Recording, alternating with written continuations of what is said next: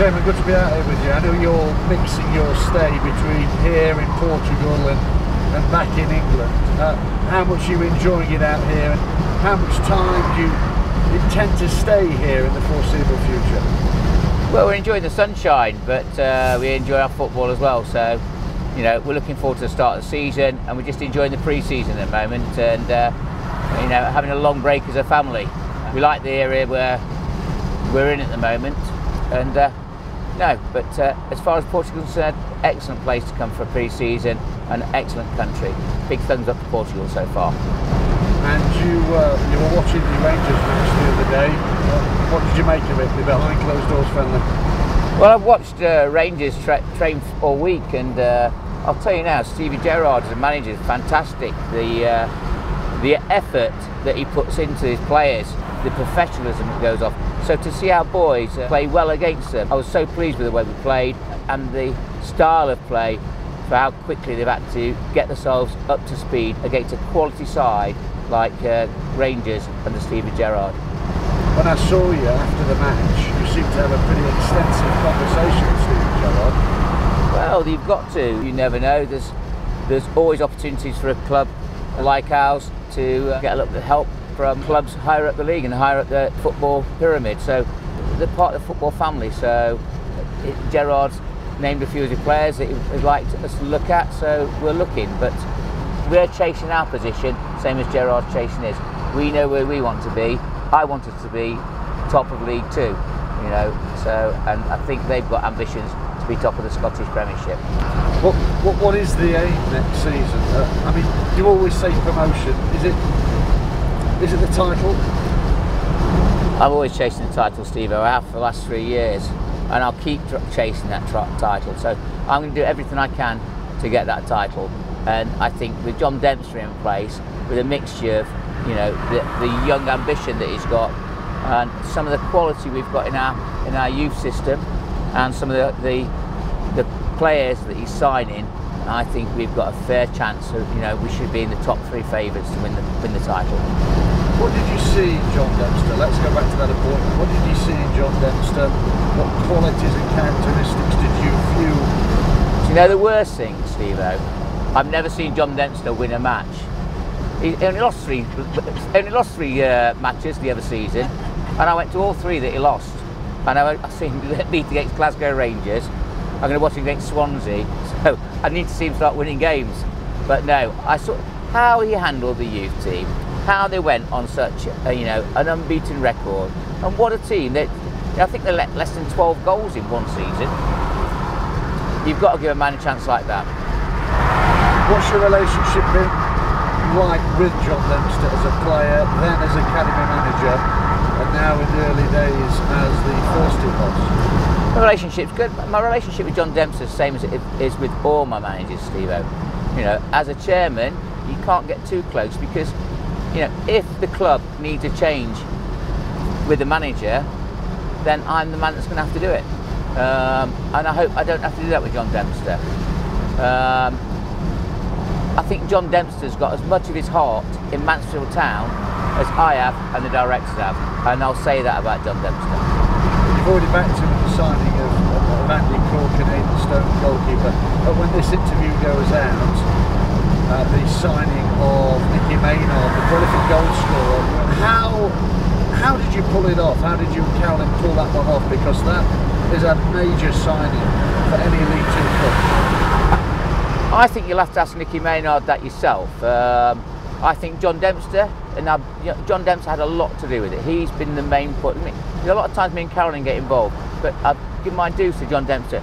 On this signing, John Dempster's done a lot of the work to get it over the line, and what an excellent player he's bringing to the club, and he will be a welcome part of this family. Can you give us an insight perhaps, or whet the appetite as to future signings? There's a couple more to come at least, Steve-o, but we're only going to add quality to the squad. Quality is our first priority, and we're going to, how can I say it, we're going to strengthen the squad, but not too many more numbers. You know, we've got Maynard, and there will possibly another 3 people coming in. What about elsewhere? Let's speak about the club in general. Let's get an update from you, from May, on two big projects that we've released previously within the last season. The renovation of the Bishop Street stand at Portugal Stadium, and the Hampton by Hilton Hotel, which was originally sent to be on Quarry Lane, although I know there was murmurs that that may too be at a different part of the Portugal Stadium. What's the latest you can give us on those two projects? Well, the plans stay the same. There's nothing moved in the plans. We said there's no point in developing Bishop Street until we actually get the numbers in the stand that require us to develop it. Unless we're getting average attendances above the 5,000 mark, we're getting close. If we'd have got up to League One, we'd be doing it and be developed straight away. But there's no point in us having a half-empty stadium, Steve-O. And our ambition at the moment and my resources are put into getting promotion. Then, once we've got promoted, the stand will be done and the hotel will be done. So you're going to wait till you get promoted before both of those projects are started? The hotel might start a little bit earlier, but we're going to wait certainly until we're in League One for the stand. Anything else happening? Because as I've mentioned before, you're always spinning plates. I'm not spinning plates. I think there's a fan zone that is going to be put in place. So there'll be sort of a semi-permanent area, so that there's more, because the Sandy's bar is very full on match days. So we want to make it a bit more comfortable for the fans, so they can go out and they can enjoy the match day experience a lot better. So if it's raining, there's plenty of room for everyone to be in there comfortably, have a drink, have something to eat, and then go and enjoy the match. And there's somewhere warm for everyone to be while they're waiting for a match to kick off. Let's speak about football again. Now, of course, since John Radford was appointed as first team boss, there's been a transitional period and an advancement within the academy because of John's promotion.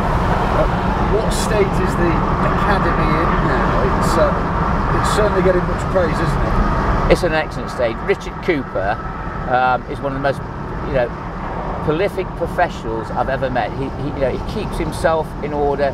He knows exactly what's happening around the club, and his heart is in the club as well.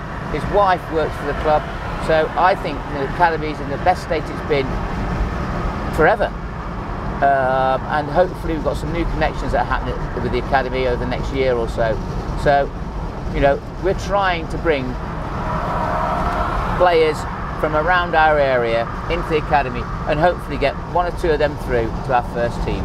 And that's the ambition of our academy. And how big in the advancement of the academy, and indeed the first team, is the RH Academy at Woburn Lane in Pleasant, the new training ground? Sorry, the advancement, for me, I'd love to get some of the players through. I understand we're at a manager position, but I think with the likes of Flitcroft, when he came through, the youth got more of a chance, and certainly with John Dempster, I think there's a chance that they've got to earn the stripes. They're not, there's no easy membership to get into the first team of Mansfield Town. You've got to be good at the game. You're not going to get in there unless you're good at the game. But I think that talent is now starting to come through. And whilst we speak about the RH Academy, do you expect that to be used more now by the first team? Yes, the first team will be out there from when they get back from Portugal, and they'll be using it all the time. There'll be occasions when they use a top pitch at Mansfield, but most of the time they'll be using the RH Academy for all their training needs. What's your message to the Stags fans, Chairman? Please keep the faith. This season we're going to have another go.